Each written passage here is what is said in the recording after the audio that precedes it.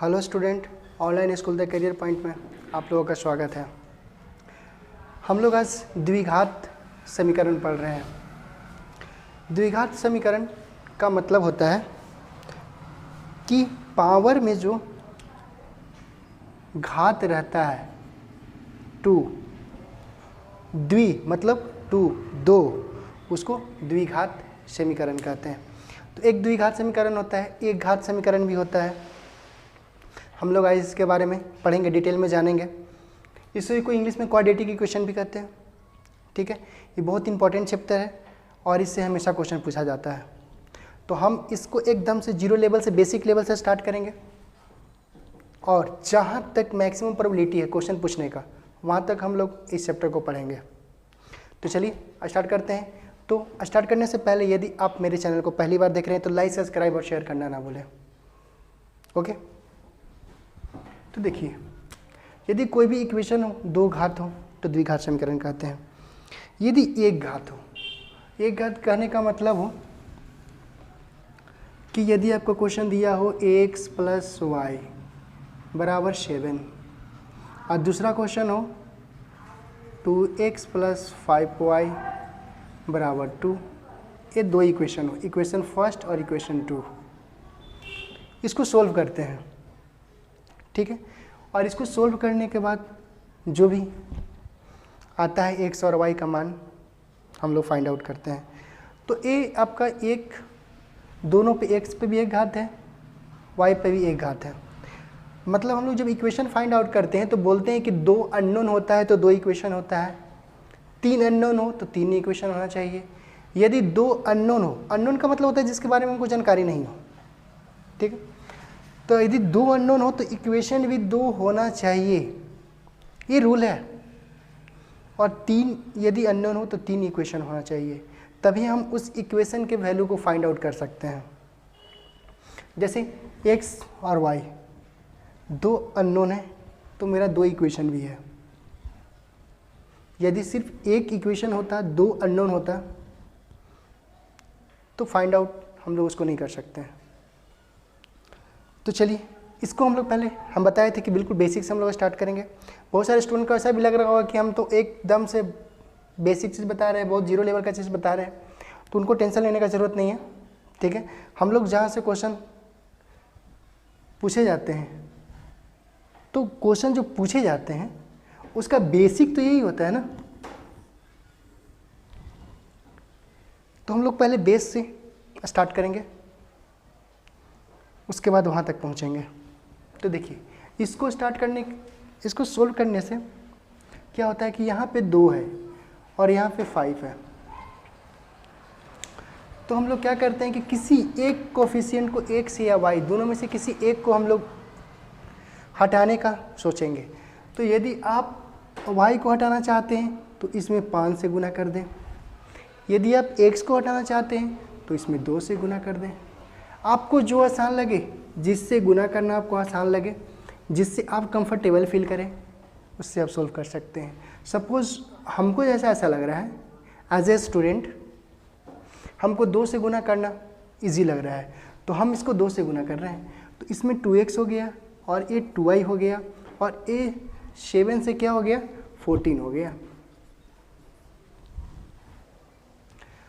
तो जब ये 14 हो गया तो इसको सोल्व करते हैं। तो सोल्व करते हैं जब दो इक्वेशन को, तो आप लोग को रूल पता ही है कि जब हम घटाव करते हैं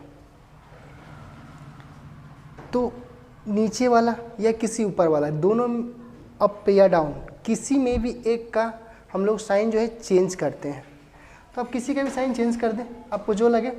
हम नीचे वाला को कर देते हैं, तो नीचे वाला माइनस माइनस और माइनस हो गया। तो जब नीचे वाला को चेंज करेंगे तो कट गया और 5 में से 2 चला जाएगा, -3y हो जाएगा और ये 12 हो जाएगा। तो y का जो हो जाएगा -4 हो जाएगा। एकदम से इजी है घटाओ। हम ऐसा उम्मीद करते हैं कि आप लोगों को कम से कम अलजेब्रा का घटाव ज़रूर आता होगा, ठीक है, x और y के कोफिशिएंट वाला। तो इसीलिए हम ये चीज़ को फाइंड आउट किए हैं।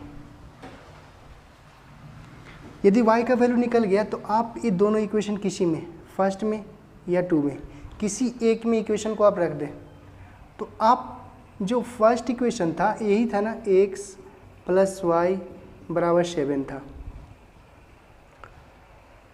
तो आपको इस इक्वेशन से, इक्वेशन 2 से इजीली आपको इक्वेशन फर्स्ट में रखना वैल्यू का आसान होगा, y के वैल्यू को रखना।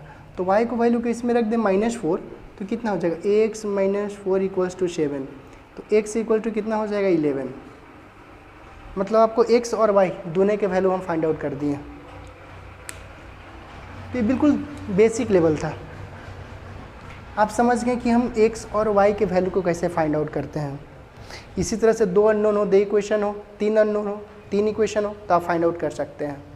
चलिए अब नेक्स्ट हम लोग आते हैं द्विघात समीकरण में। ये तो एक घात वाला था, कोफिशिएंट वाला था। अब द्विघात समीकरण के क्वेश्चन को कैसे हम लोग सोल्व करते हैं। एक तो बेसिक है, तो ऐसा करते हैं पहले हम लोग बेसिक को ही पढ़ लेते हैं। तो बेसिक जो आपका है, जैसे द्विघात समीकरण आपको दिया हुआ रहेगा कि x² - x - 12 = 0। आपको क्वेश्चन दिया हुआ रहेगा x² - x - 12 = 0। बोलेगा x का वैल्यू फाइंड करें, find out the value of x। तो आप इसको क्या करते हैं, हम लोग एकदम से बेसिक तरीका हम बताते हैं आपको कि इसको और इसको, इस दोनों के वैल्यू को आप गुना कीजिए। तो जब दोनों के वैल्यू को गुना करेंगे, देखिए हम द्विघात समीकरण का इक्वेशन भी होता है सब, उसका वो हम एकदम से अभी रखे हैं, अभी उसको नहीं बता रहे हैं। हम एकदम से भी बचपन में, I mean 4, 5, 6 में जो लोग पढ़ते थे उस चीज़ को ही बता रहे हैं हम। ठीक है, आप लोग को ऐसा लग रहा हो कि हम डायरेक्ट इक्वेशन लिख दें, वो आपको टेंशन लेने की ज़रूरत नहीं है, हम वहाँ पे आएंगे। लेकिन पहले इस चीज़ को थोड़ा समझ लेते हैं, जो लोग 5, 6 को में पढ़ना है। ठीक है, क्योंकि ये भी आपके लिए इम्पोर्टेंट है। बहुत सारे स्टूडेंट होंगे जो मैं भी ना जानते होंगे, उनके लिए हम बता रहे हैं। और ऐसे भी हमारा क्लास जो होता है बेसिक से एडवांस लेवल तक का होता है, तो हम सब चीज़ों को बताते हैं। हम ऐसा उम्मीद करते हैं कि एकदम से हम बेसिक लेवल से आप लोग को ले चलें। तो देखिए, हम जब इन दोनों को गुना कर रहे हैं तो यहाँ पे इसके पहले माइनस है और इसके पहले प्लस है। जब साइन नहीं दिया हुआ रहे कुछ माइनस, तो प्लस हम लोग समझते हैं। तो यदि प्लस में हम माइनस से गुना करेंगे तो माइनस हो जाएगा, और x² में 12 से गुना करेंगे तो 12x² हो जाएगा। हम ये भी आप लोगों को बता देना चाहते हैं कि जब गुना होता है, प्लस गुना माइनस जो होता है माइनस होता है, माइनस गुना माइनस जो होता है प्लस होता है, आपका माइनस गुना प्लस जो होता है माइनस होता है, और प्लस गुना प्लस जो आपका होता है प्लस होता है। उम्मीद करते हैं कि आप समझ गए होंगे। तो ये 12x² हो गया आपका। इस वैल्यू को हमको कोई ऐसा वैल्यू ढूंढिए जिसको गुना करने के बाद -12x² आता हो। पहला कंडीशन। दूसरा कंडीशन, ये जो आपका है -x, तो हम अभी आपको बोले फर्स्ट कंडीशन में कि आप वैसे दो वैल्यू को ढूंढें जिसको गुना करने के बाद -12x² आता हो। लेकिन उसके साथ ही साथ दूसरा कंडीशन ये है कि -12x² आए, लेकिन उन दोनों वैल्यू को जोड़ने या घटाने पे वैल्यू जो -x आए। ये दो कंडीशन होता है। तो यदि आप ऐसा कोई वैल्यू ज्ञात करेंगे तो आपको पता चलेगा कि -4x और +3x, ये दो वैल्यू है जिसको हम इन दोनों में यदि हम गुना करेंगे तो मेरा 12x² आएगा, और इन दोनों को आप जोड़िए या घटाइए, बात तो एक ही होगा। ठीक है, तो आप यदि इन दोनों को जोड़ते हैं, यदि आप इन दोनों को घटाने के बाद, घटाने के बाद डिफरेंट हो जाएगा। यदि आप इन दोनों को जोड़ते हैं तो -4x + 3x, तो यदि आप जोड़ते हैं तो कितना आएगा, -x आएगा। और देखिए ये वैल्यू यहाँ वाला आ गया, मतलब आपका दो वैल्यू जो है -4x प्लस 3x जो है, उन दोनों को यदि आप गुना करके जोड़ते हैं तो आपको ए जोड़ने के बाद एक कंप्लीट वैल्यू आएगा और गुना करने के बाद इन दोनों का गुणनफल आएगा। कंप्लीट, समझ गए? तो चलिए इस चीज़ को हम लिखते हैं। तो आप लिखने के लिए x square minus 4x plus 3x minus 12 equals to 0। Okay, इसमें x कॉमन ले लीजिए तो x और x माइनस 4 आ जाएगा।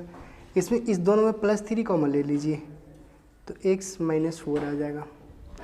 एक चीज़ को हमेशा ध्यान दीजिएगा आप लोग इस क्वाड्रेटिक इक्वेशन में कि जो वैल्यू यहाँ कॉमन लेने के बाद आएगा, एकदम से रूल है कि सेकेंड टाइम में वैल्यू जो आएगा आपको सेम ही आना चाहिए कॉमन लेने के बाद।